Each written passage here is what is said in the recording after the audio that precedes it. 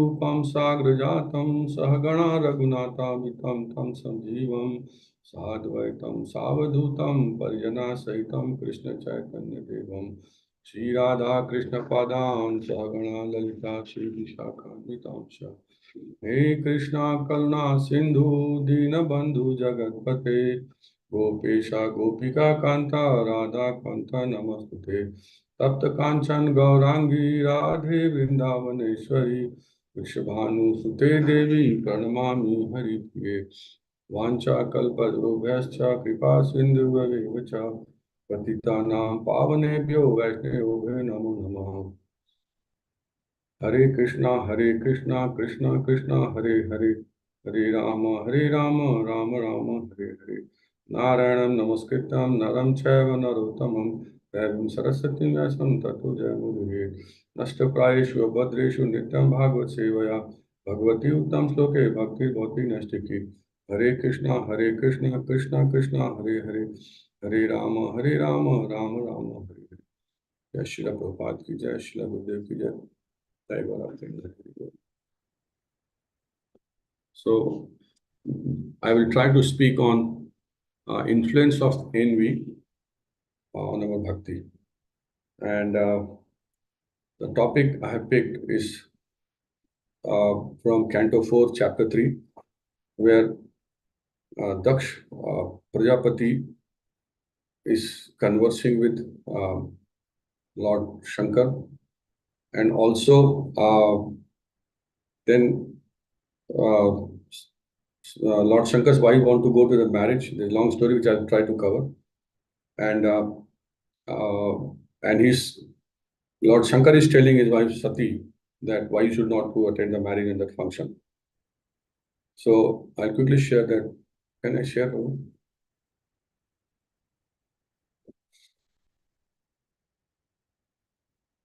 You should be able to share, Prabhuji. It's not letting me share.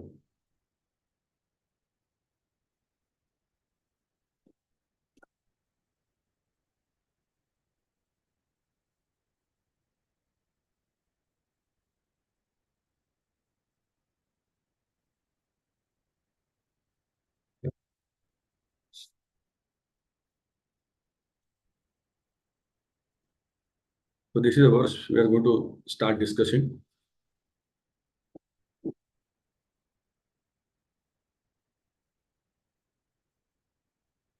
Apachamanen hridaturenindriyah samriddhi purusha buddhi sakshinam akalpa esham adhirodhum anjasa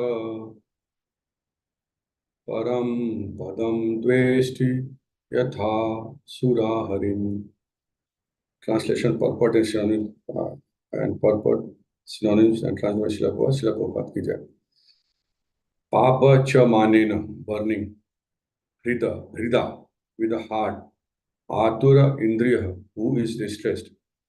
Samudribihi, by the pious reputation, etc. Purusha buddhi shakshinam, of those who are always absorbed in thought of the Supreme Lord. Akalpaha, being unable. Esham, of those persons. Adhirodhum, to rise. Aja, anjasa, quickly. Param, merely. Padam, to the standard. Dveshti, envy. Yatha, as much as. Asuraha, the demons. Harim, the supreme personality of Godhead. Burning with a heart, who is distressed by the pious reputation, etc. By the pious of those who are always absorbed in thought of the Supreme Lord, being unable of those persons to rise quickly, merely to the standard, envy as much as the demons, the Supreme Personality of God. Translation. One who is conducted by false ego and thus always distressed, both mentally and sensually, cannot tolerate the opulence of self-realized persons.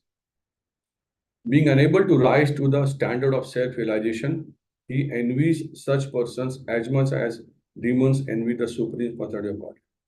That is a translation which Lord Shankar is telling his wife, that why this conversation happened, which Prabhupada is going to talk about in the purport.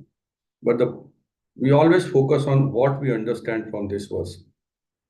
And the one which I've highlighted, the one, that's what I want to talk, the one who is conducted by false ego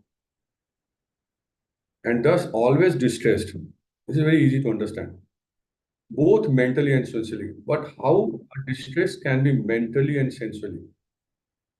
Sensually, when your 10 senses are in trouble, you can't eat or you can't feel or you can't see. That's sensual problem. But what about mentally? But everything around you is everything perfect, but you are still distressed. So this word, Prabhupada especially put this word in the translation. Means who is distressed? Always distressed, both mentally and sensually. Pareshan Atma, whatever you do. And being unable to rise to the standard of self-realization, he envies such persons as much as demons envy the supreme power of Godhead. And here Lord Shankar is telling that such persons, why they envy? Because of this situation, because they cannot tolerate the opulence of the self-realized person or pure devotee. And being unable to rise to the standard of self-realization, he envies such persons as much as demons envy the supreme. So as good, as bad as the, and they give example also so that we can understand. So sensually and mentally, mentally and sensually, that's what I like, why Prabhupada has written this word. Now I'll quickly read the purport, little bit long. I'll try to go slow and cover my point. And then Lord Krishna verified the same point in Bhagavad Gita also, which I to cover about this envy, that how this envy works. Envy is not part of the 24 elements. Okay, I'll come to that also. The purport. The real reason for enmity between Lord Shiva and Daksha is explained here. Daksha was envious of Lord Shiva because of Shiva's high position as an incarnation of quality of the supreme quality of Godhead, and because Shiva was directly in contact with the super soul and was therefore honored and given a better sitting place than he. So there was big function was organized in which Lord Shankar was given a different place to sit, which Daksh didn't like. There were many other reasons also. Daksha, being materially puffed up, could not tolerate the high position of Lord Shiva. So his anger of Lord Shiva not standing up, so his anger at Lord Shiva not standing up in his presence was only the final manifestation of his envy. So that is how envy is working now. He cannot tolerate why somebody is given a higher position. He cannot understand who Lord Krishna, Lord Shankar is, what he is doing, why he's meditating, what he's meditating on. Lord Shiva is always in meditation and always perceives the super soul, as expressed here by the word Purusha Buddhi Shakshina. The position of one whose intelligence is always absorbed in the meditation upon the supreme of Godhead is very great and cannot be imitated by anyone, especially an ordinary person. And Daksha was compared to an ordinary person. He was materially puffed up. He was Prajapati. When Daksha entered the arena of Yagna, Lord Shiva was in a meditation and might not have seen Daksha enter. But Daksha took the opportunity to curse him because Daksha had maintained an envious attitude towards Lord Shiva for a long time, although Lord Shiva was his son-in-law. Those who are actually self-realized see every individual body as a temple of the Supreme Personality of Godhead, because the Supreme Personality of Godhead in his Paramatma features is residing in everyone's body. Prabhupada is clarifying that Daksha, in spite of being materially so opulent, he could not realize his basic point. And he was very envious. And I also will give his philosophy that why, means what kind of enviousness with one another was. There's a lot of description, but I picked up some points. So when one offers respect to the body, it is not to the material body, but to the presence of the Supreme Lord. So that's how a devotee should behave. That's how the devotee behave. Thus, one who is always in meditation upon the Supreme Lord is always offering him obeisances. But since Daksha was not very elevated, he thought that obeisances were offered to the material body. And because Lord Shiva did not offer respect to his material body, Daksha became envious. So we come across this point all the time. No, envious people, they get upset. If something is not right, it's something they want this to happen like this, it doesn't happen, they get upset. So there's Bhagavatam also talks about in very elaborately. Such persons being unable to rise to the standard of self-realized souls like Lord Shiva are always envious. The example given here is very suitable. Asuras, demons, or atheists are always envious of the supreme personality of Godhead. They simply want to kill him. Even in the age, we find some so-called scholars commenting on Bhagavad Gita who are envious of Krishna. When Krishna says, Man mana bhava mad bhakta, that is from Bhagavad Gita, chapter 18, verse number 65. What he says, always think of me, become my devotee, and surrender to me. The so-called scholars comment that it is not to Krishna that we have to surrender. That is envy. Yeah, these are the asuras or atheists, the demons without reason or cause are envious of the supreme personality of Godhead. Similarly, instead of offering respect to self-realized persons, foolish men who cannot approach the highest standard of self-realizations are always envious, although there is no reason. This we come across all the time. When we don't know how to behave to a Vaishnava, we don't know how to do things in that atmosphere. So recently, a very interesting incident happened when Lord Krishna was described in a very different way by a materialistic person, and he's neither Hindu nor Muslim, he's something else. Okay, so I went to see him, and he invited me to have a class. I said, okay, let me go and have a look at your place. And then I saw that he has got all the gods, all the religion, everybody was there. And then we started talking about this, what is the situation of, what is the constitutional position of Lord Krishna. Then he said he has studied so many scriptures, so many religions, but like on the currency, Reserve Bank governors writes that I guarantee you to give this much money, 100 rupees or 1000 rupees or whatever. Similarly, what Lord Krishna has said, that I am the supreme personality of Godhead, man mana mad bhakto, nobody has said like this. He said that's a good relation. So that's how non-devotee cannot understand. Like Daksh Prajapati, he could not understand who Shiva is, and he just started cursing him. So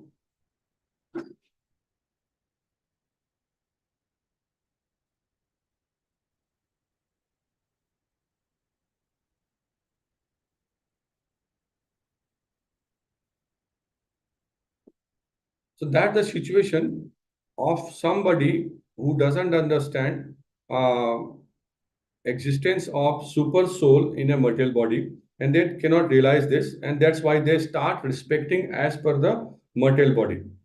If somebody is opulent, if somebody is successful, if somebody is a big shot, yeah, but they cannot understand who devotee is and what is the what kind of devotee he is. Even among the devotees also, for us to be able to uh, respect our senior devotee or somebody who is more realized is also a sign of that how much we understand about envy.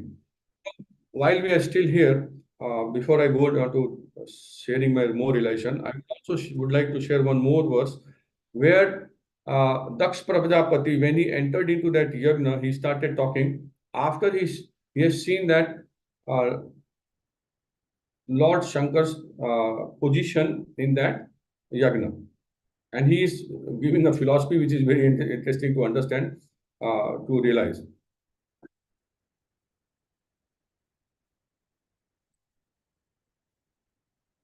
Where is, yeah. Suryatam brahmano asyomi Suryatam brahma karyo me sahadeva sahagnayah sadhunam bruvavato vritam na na jnana cha matsarat. I'll go to translation. All sages, brahmanas, and fire gods present, please hear me with attention, for I speak about the manners of the gentle person. I do not speak out of ignorance or envy. So when he entered, he Daksh Prajapati started talking like this. And it's very interesting that he was envious, but he is saying that I do not speak out of ignorance or envy. Number one, this is again that's how we understand that what is top of in his head. Same situation we face in our day-to-day life also. So the other interesting point is that he's talking about, or I speak about the manners of the gentle persons. Daksh Prajapati is going to talk about manners of a gentle person. Means how much envy he must have. And here the word here in Bhagavatam is sadhuna, and Prabhupada translated of the gentle. So he is going to talk about the manners of the sadhu and gentle people, and he says, I am not out talking out of ignorance and envy. It's very contradictory. And the purport Prabhupada, right? In speaking against Lord Shiva, Daksha tried to pacify the assembly by presenting in a very tactful way that he was going to speak about the manners of gentle persons. Although naturally this might affect some unmannerly upstart, and he assumed assembly might be unhappy because they did not want even unmanly person to be offended. In other words, he was in complete knowledge that he was speaking against Lord Shiva in spite of Shiva's spotless character. As far as envy is concerned, from the very beginning, he was envious of Lord Shiva. Therefore, he could not distinguish his own particular envy.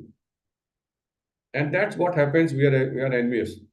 Although he spoke like a man in ignorance, he wanted to cover the statements by saying that he was not speaking for impudent and envious reasons. So that's Prabhupada is describing about Daksh Prajapati's behavior and how an envious person actually behaves, how an envious person, and that. So now let us talk about this envy. Before I go on the verdict, where Krishna is giving verdict on this topic in Bhagavad Gita, Krishna is very clearly talking about this envy. Envy is a product of false ego. That's the verse which I shared. Is the false ego derives our enviousness. And as soon as we realize our situation, we become less envious. Just for the sake of it, let us understand what is the opposite of envy. Non-envious. What that mean? So I would probably put in a word like love. When you are loving someone, you are not envious of his opulence. Prabhupada talks about spiritual opulences of a realized person or realized devotee. Let us talk about materialist concept. Because I always say that whatever Bhagavatam talks about is as much as truthful as it is, as much truthful materially as much as it is in spiritually, as much as it is spiritually. So if it is not, then it is not absolute knowledge. So same example which Prabhupada is giving, and Daksh Prajapati is actually expressing himself, and Lord Shankar is giving his realization that why you should not go. What kind of behavior these kind of people give. That's enviousness. Enviousness comes from false ego. And false ego comes from our desire. And that is the reason why we are in the material world.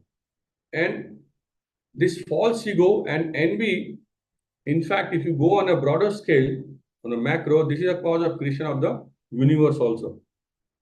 Lord, this everything comes into existence because of this ego part, this enviousness part. And the effect of enviousness we saw in Daksh Prajapati. He's lying. He's talking about sadhuna behave, the manners in which the gentle people behave. And he says that he's complete lying, although he was materially very successful. So somebody may be materially very successful, but he may not have this basic knowledge, basic understanding. He may still be envious. And that's why envious people are not happy or peaceful. So if somebody is not peaceful, he is envious. Envious to what? We don't know. But he's not happy. He's not happy, he's an envious person. He's got envy, he's controlled by envy.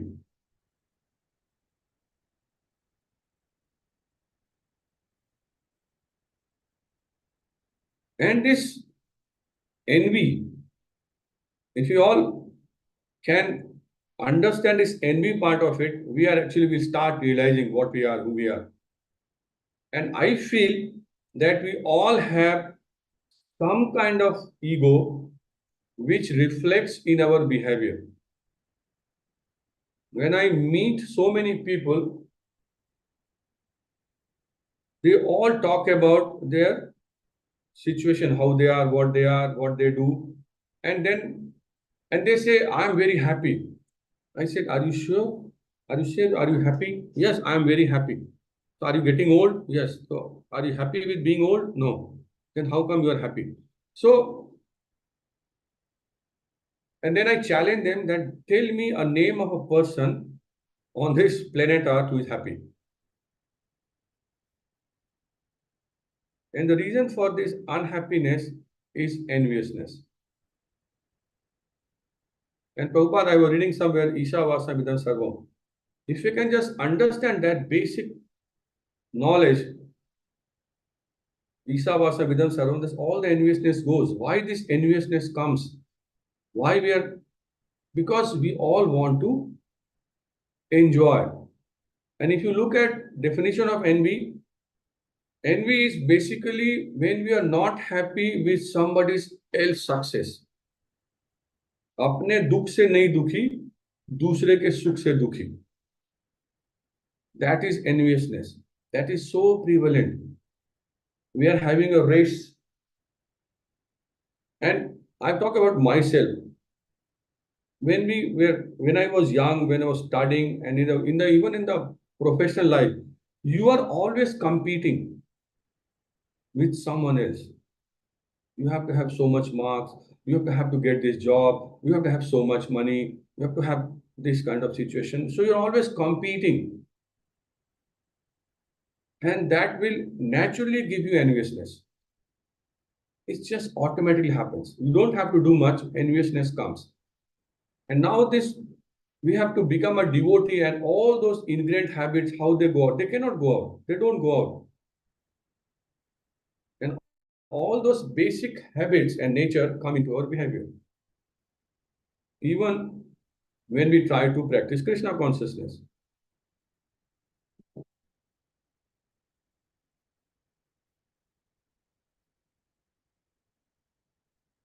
So our natural situation is being non-envious when we don't have that false ego. And what happens because of this desire to enjoy, because of not being happy, like what happened in spiritual world, we're not happy. We also wanted to lord on this material world. So we become envious of Lord Krishna. And Lord Krishna says, okay, you go and enjoy. That envy part. And when I was preparing for this, I looked at those verses where actually, and I could not find envy as out of 24 elements, the Sankhya philosophy. It doesn't talk. It's the reaction of all those 24 elements that this enviousness comes. There's no enviousness there. It's not one of the 24 elements. Envy is not there. There is hatred, there is conscious, yeah. So our challenge is that how do we control, or how do we not be envious? And that very nicely Prabhupada talks about this, describing one of the verses. It's very simple actually. It's very simple that you become Krishna conscious. Because a Krishna conscious, even in Krishna conscious person, you have to become desireless. I'll come to that purport. Prabhupada writes very nicely describe this. Because of desires, because of this not being Krishna conscious, or being Krishna consciousness as much as we want to be, we are still carrying that enviousness, and that affects our bhakti, that affects our health. I was just discussing in the class before this class that we're talking about 217 in Bhagavad Gita, chapter 2, verse number 17, where it talks about that Chaitana, living force, is spread all over the body because of soul which cannot be destroyed. Then in the purport, Prabhupada writes this part that how this energy, Chaitanya, is spreading in the entire body. That he talks about there are 5 kinds of Vayu. And that soul is floating, the soul is surrounded by those Vayu, those 5 Vayu.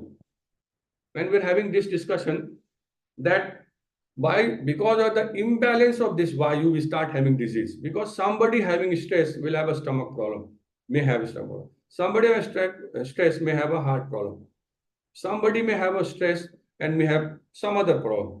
Stress is cause of the 90%, I think 90% problems. And the next is stomach. And how that stress comes? What is the source of that stress? Why we get stressed? And as soon as you're stressed, the energy starts working, whether we like it or not. And that's the design of this material body. And this is how everything goes. And envious is the most important thing which we have to control. So before I share my more, I would like to share one more verse where Krishna is giving that an envious person is never peaceful. And I put it another way, that peaceful person is envious. So anybody who is not peaceful, as I said before, is envious. And you can see that there are not many people who are peaceful.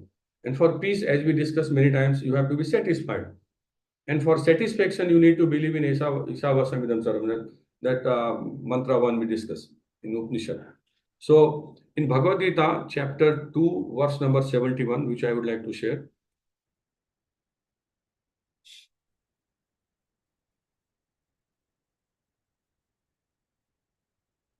Vihaya kamanya sarvan umam charati nihaspriha nirmamo nirahankaraha shantim adhigachati. This is small purport. I'll quickly read the translation also. Vihaya, giving up. Kaman, material desire for sense gratification. Yah, who. Sarvan, all. Uman, a person. Charati, lives. Nihas priha, desireless. Nirmama, without a sense of proprietorship. Nirahankara, without false ego. Saha, he. Shantim, perfect peace. Adhigachati, attains. Giving up material desire for sense gratification. Who, all, a person lives desireless without a sense of proprietorship, without false ego, he perfect peace attains.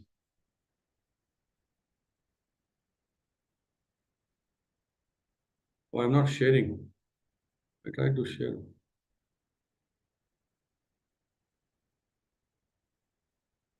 Sorry. So I'll go to translation. A person who has given up all desires for sense gratification, who lives free from desires, who has given up all sense of proprietorship and is devoid of false ego, he alone can attain real peace. This is Lord Krishna's verdict at the end of the chapter 2, Bhagavad Gita, which is Gita Sar. And he's clearly mentioning about this, that who can be peaceful and who is not peaceful. A person who has given up all desires for sense gratification, is it possible for us to live this sense gratification process? Who lives free from desires? How can we do this?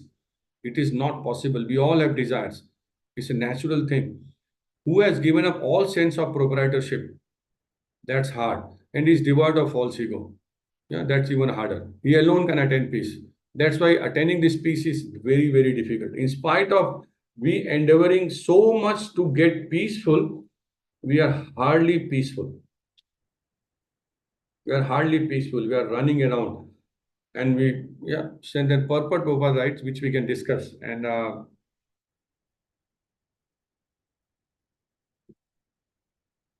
to become desireless means not to desire anything for sense gratification. That's what we keep reading all the time. In other words, desire for becoming Krishna consciousness is actually desirelessness. To understand one's actual position as the eternal servitor of Krishna without falsely claiming this material body to be oneself and without falsely claiming proprietorship over anything in the world is the perfect stage of Krishna consciousness. So Prabhupada is putting everything in perspective. That how do we actually do it? So becoming desireless as a devotee, we are practicing this all the time. How? By becoming Krishna conscious. By trying to engage our mind 24/7 in Krishna conscious activity so that we are desireless. Or whatever desires we have got, that is all for Krishna. That's all we are trying to practice. And depending upon our practice, depending upon how much we can do it, we are peaceful. I remember we discussing that our mind is storehouse of desires. It's not this life, it's previous lives also. So we bring desires from previous life. The desires doesn't go away. Let us do this, let us try this, let us eat this, let us do this. And even as a devotee, we get into desiring a lot of things. It's so natural. So doubting those desires into Krishna consciousness is a challenge, and in that challenge, the envy is the biggest problem. The influence of envy. What happened to Daksh Prajapati? He was materially so successful. He has got everything. He was Prajapati, but he was not peaceful, and he was not realized that what Lord Shankar was doing. The next verse in the same chapter, Lord Shankar telling his wife that what I was meditating upon. And he clearly writes about Vasudeva. Clearly says about this. This is what I was meditating. And which Daksh Prajapati could not understand because he was envious. Because of position of Lord Shankar. He thought that he is his son-in-law, he should respect him. He should stand up when he is coming to that function. Without realizing that who Lord Shankar is.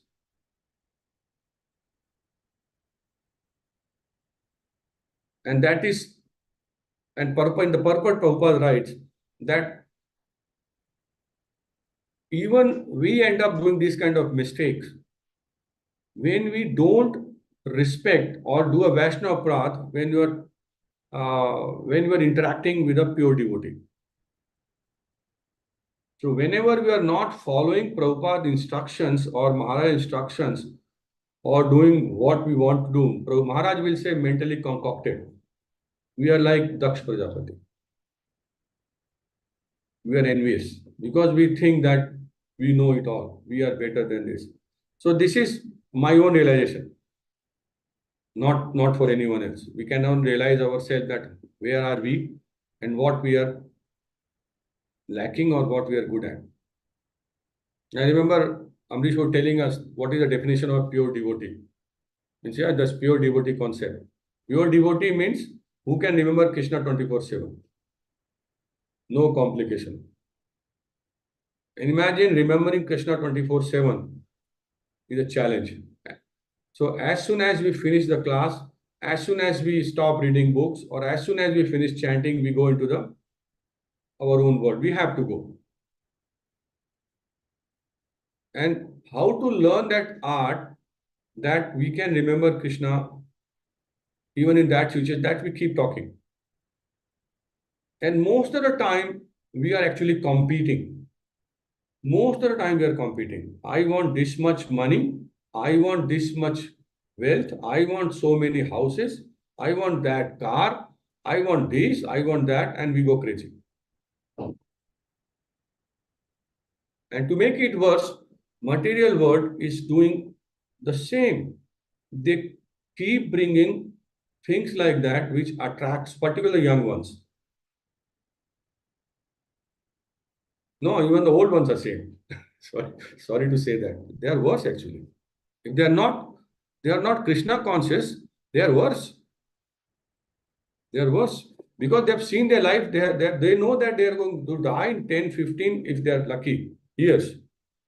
They are more busy in enjoying than the young ones.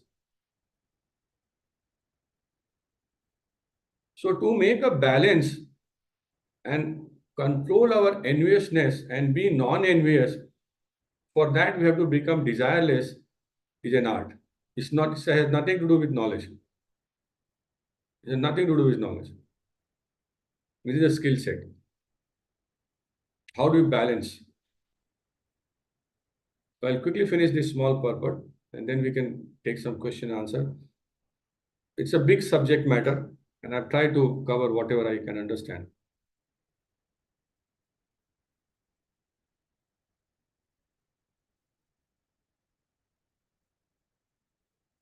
One who is situated in a perfect stage knows that because Krishna is the proprietor of everything, everything must be used for the satisfaction of Krishna. Arjuna did not want to fight for his own self gratification.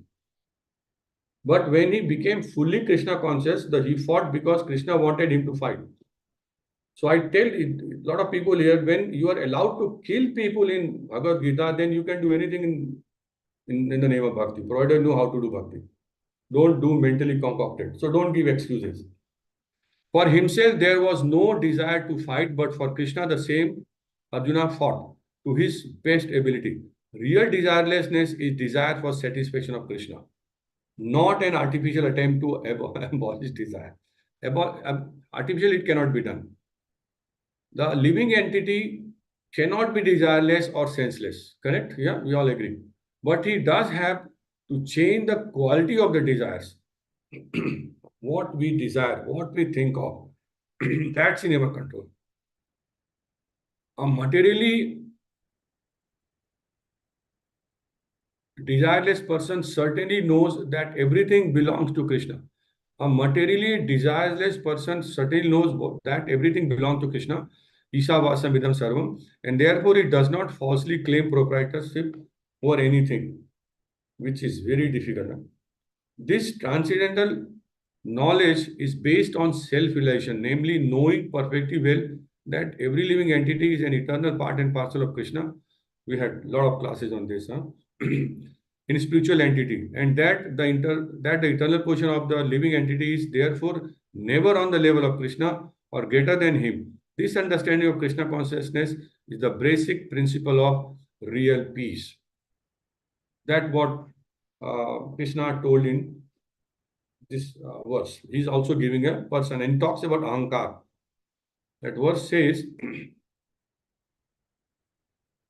Vihaya kaman ya sarvan umam sharti nispriha nirmamo nirahankaraha. So it is nirahankara, without false ego. So shanti madi gachati. You cannot have the peace, perfect peace. So anybody who has got false ego and the product of false ego is enviousness, envy, he cannot be peaceful. That is the influence of being envy. So if we are, yeah, I'll repeat, keep doing the same thing. If you are not peaceful, then we are envious.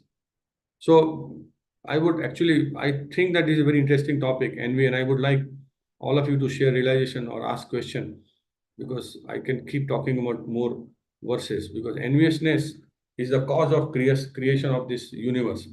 Yeah. So Bhagavatam talks about elaborately about this enviousness. So anybody has got any question or any concern that they feel that I'm not right or they have not understood?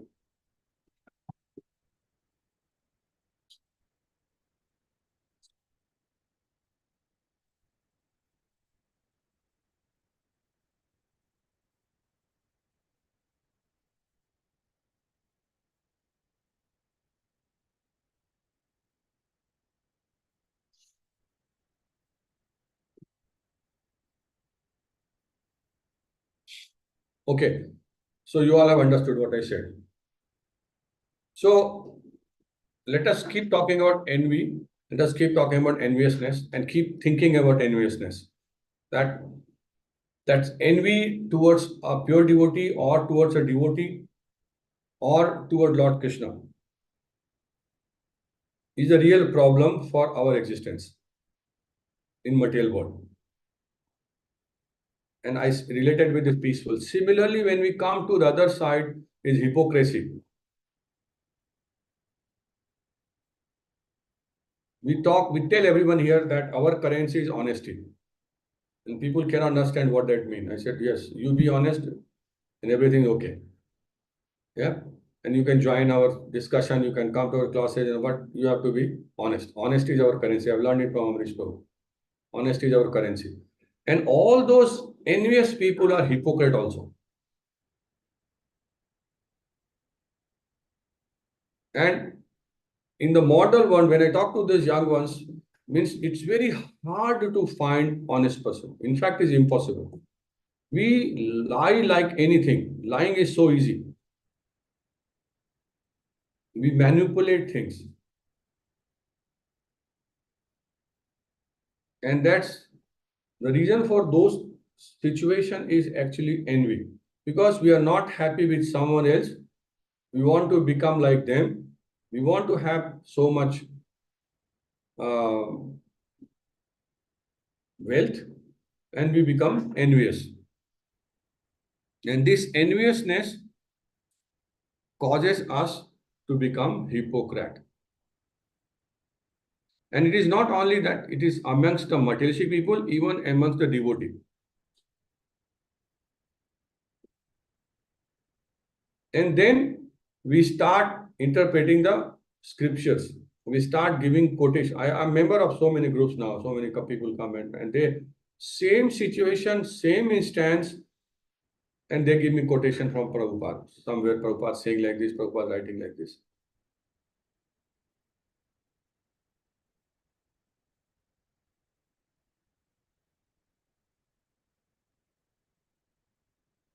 So, if you want to be peaceful, if you want to be truthful, means not being hypocrite, if you want to progress in Krishna consciousness,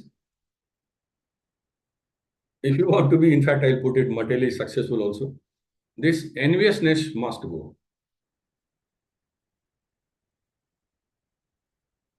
I was talking to some devotees here that, okay, it's very hard to become honest. It's very hard to speak truth. In fact, it is impossible to speak truth in modern world in certain situations. You just cannot speak truth. And that's why a truthful person has to be very brave.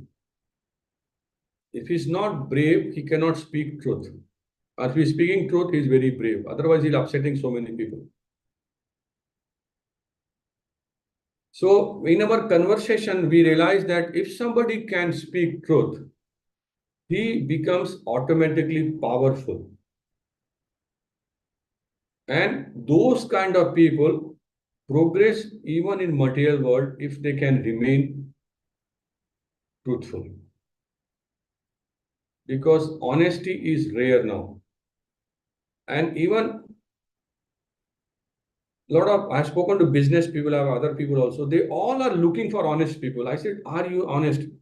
If you're not honest, if you're envious, then why you're looking for honest person? You work with dishonest people. So in the modern world, and in that time when Daksh Prajapati and Lord Shankar, there was a lot of drama. And I remember that even Lord Shankar's wife, Sati, she wanted to go to that function, that yagna, where Lord Shankar was disrespected. And he was explaining that why you should not go. And she was daughter of Daksh Prajapati, and she went to her own home actually. She did go. And this enviousness cause big havoc there also. And eventually, uh, yes, Sati has to take his life. And then there was other things happened there. So this, if envious is not controlled, then all the problems keeps happening, and there is no end to this. We remain unpeaceful, we remain hypocrite. But if we can learn how to be a devotee, even a devotee, so that we can become desireless, which is next to impossible. So for becoming desireless, we become Krishna conscious. And in Krishna conscious also, we try to have those desires so that we can dovetail our life to Krishna consciousness. And for that, again, we have to find out how to do it. And that's why I'm saying it is not knowledge, it is skill. That how do we progress in Krishna consciousness?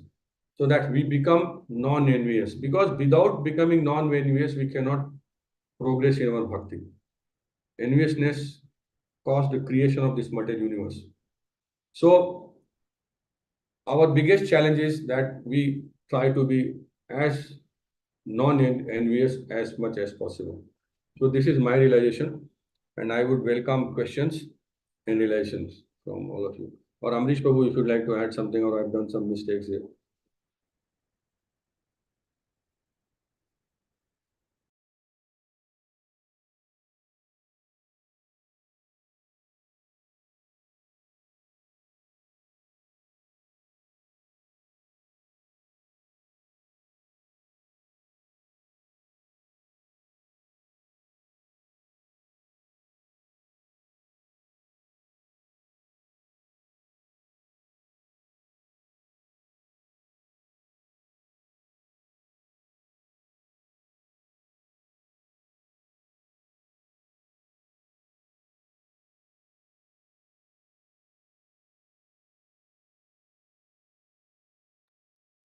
One more thing I wanted to share is like being envious is a natural position in material world. We are automatically envious.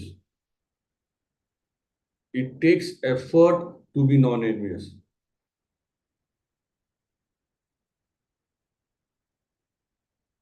And this is so subtle, and I think the biggest problem we ever face that we can control our enviousness. It's so natural. It's so natural. Like we say in material world that weeds grow automatically. If you put a rose plant, you have to look after it. No, I mean now it's winter time in New Zealand, so you can't have a rose flower. But weeds are growing. So weeds don't have, though we don't have to plant weeds. Similarly, this enviousness is natural. And whatever hankering, whatever that peace is disturbed, we are not peaceful, this is sign that we are envious. End of story. No complication. So that's as a devotee, that's what we practice. How we can be peaceful. I thought I'll quickly share this also. Thank you, Amrishku. Hare Krishna, Avinash. Thank you very much. Very nice realizations, a nice class. Please excuse me, I have to just go to the couple of minutes away from the screen. Yes, I think you covered all the points very nicely. And as long as we are honest about our envy, that we are envious, half battle is won. I think nobody can accept that they are envious.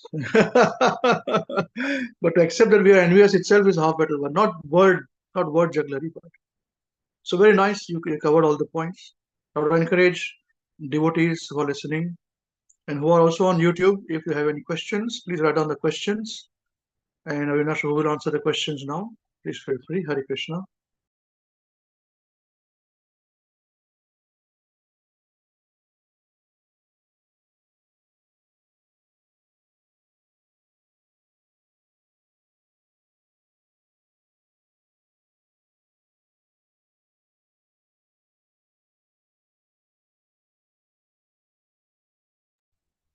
Hare Krishna Prabhuji. Uh, Thank you Avinash Prabhu, for your nice class. As you said that in the end that, like you gave the example of weeds, they grow automatically, and it's not just one variety of weeds; it's different varieties of weeds. So it's envy also comes in different shapes and different desires, probably. Yeah, envy can be, it's basically reaction of those moods and all those things. No, we get into that situation, it becomes very complicated, very messy, and we end up doing whatever we means, yeah. Sometimes we do things which we have not even thought about. Mhm. It can be any shape. I just give an example. Means enviousness, just we become envious for something which, yeah, for any Because it's reason. hard to recognize, as Amrish Prabhu said, that we are envy. It's hard to accept that. So No, like Prabhu, I can recognize that you are envious. I am not. yes. Yes, Prabhu. You Yeah, understood what I'm because saying? we program to pointing fingers on others rather than And that ours. is first sign of enviousness. Yeah. Yes, Prabhu. Thank you, Prabhuji. So when I was reading and preparing this, I said peacefulness and envy, they go hand in hand. So if I'm not peaceful means I'm envious. If I'm not envious means I'm full of desires. I'm full of desires means I'm not a devotee. Okay, become peaceful first. बोलिए प्रदन प्रभु. Hare Krishna, Prabhuji. Thank you, Prabhu, for the class. I had one question that Daksh Prajapati was envious of Lord Shiva, and you mentioned that we are naturally envious in material world, always envious. So, in material world, are we envious of people's material opulence, or we are envious of Krishna? Like, what is the natural enviousness we are? See, we are here because we are envious of Krishna. That's our habit. So whenever we someone else, we become envious. Opulence particularly. Yeah. We came to this material world because we're envious of Krishna. We have to take this birth. Okay, go and enjoy. Now we have that habit of being envious, not being able to see somebody else's progress, whether it's spiritual or material, we again complain and become envious and then suffer. Make sense, Prabhu? Yeah, Prabhuji. Yes, Prabhu. Thank you, Prabhu.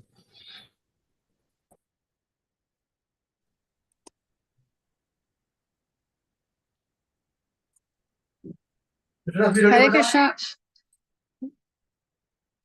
Hare Krishna, Avinash Krishna Prabhu. Thank you so much for your wonderful class, as always.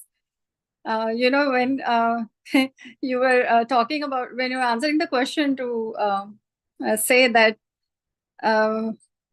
Pradyumna Prabhu's question that, we are here because we are envious of Krishna, you said. And I was just thinking that, before that, Sanjeev Prabhu was saying, it's very difficult for us to realize that we're envious. We always see the person in the front as envious. And I was just thinking, immediately the thought came to my mind that the fact that we are here is a proof that we were envious, right? So, however much we deny that we are envious, it's a fact. We can't hide from it. I think the more sooner we realize it, we can do some benefit to our own self. And it's only keeping us away from progressing, I think. So yeah, it was a very nice class. Thank you very much. Thank you. Thank you, Mother. I was talking to someone else. So we are talking about death, no? How do we die? Amrish just said that to regularize that I'm envious is so hard, no? So I was telling him that to leave your body is so hard. We just cannot die. We cannot even fathom that we're going to die one day. I said, imagine gross body is so difficult. Imagine subtle body. Living subtle body is impossible. So it's actually very hard. Oh, very nice. Thank you. Hare Krishna, Avinash. Yeah, thank you very much for wonderful class, and the topic that you chose is a really interesting one.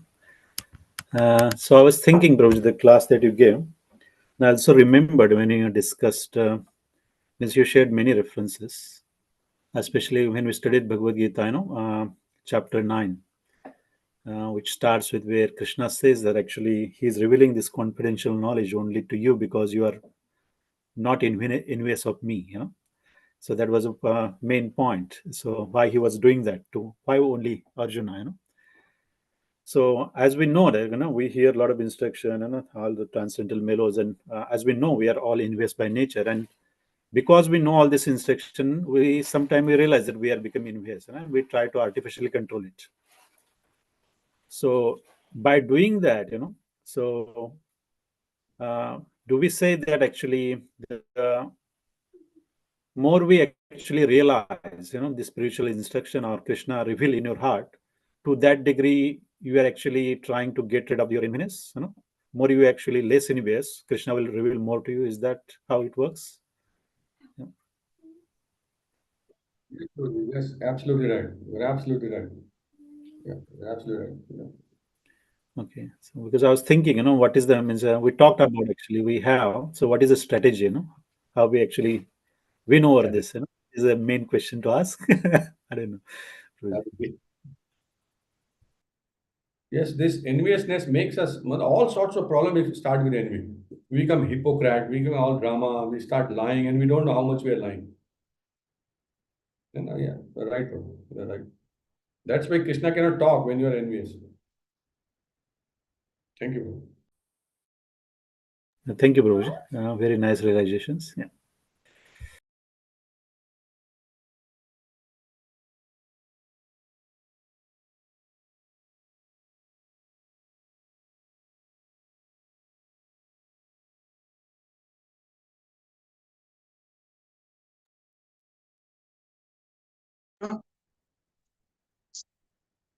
Okay, Hare Krishna.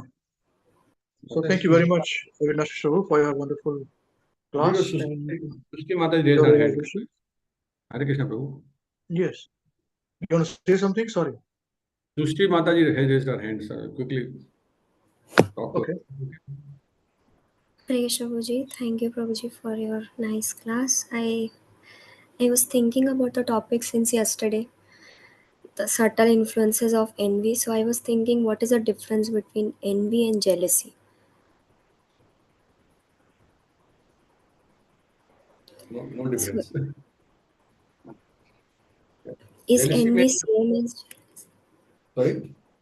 is envy same as jealousy, or if a person is envious, he is not jealous? Envious person is jealous, and what I understand, and jealousy is a product of enviousness. He can be envious in another way also. He can look nice. He will not be jealous, but he still can be envious. Have you met those people who are not jealous but still don't like you?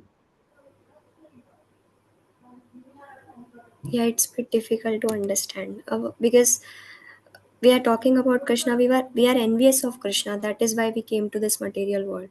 But we were not. We were also jealous with Krishna. Our jealousy is from material world. Jealousy is not from spiritual world. Jealousy is outcome of envy. Okay. This is what I understand. Vishwa can clarify.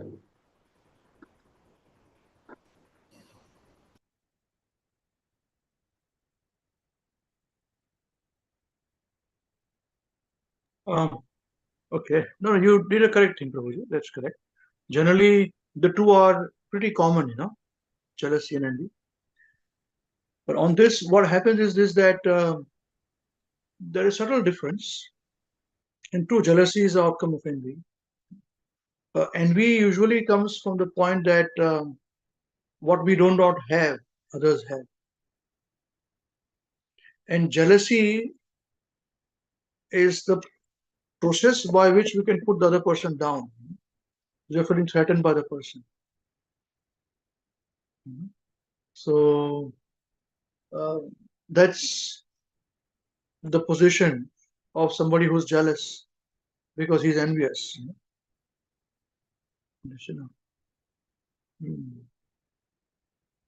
And also, like for example, if somebody is praising somebody else, he's got such big house, if you're in the same business,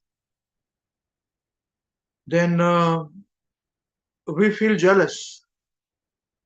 But how are you being down when somebody else has been promoted? You're not being down, but you feel because you feel of losing. That's the difference. I don't know if it makes sense. Hare Krishna. Thank you, Prabhu. Sushimata, you're happy? Yes, Prabhuji. Keep thinking. Hare Krishna. Thank you, Prabhuji.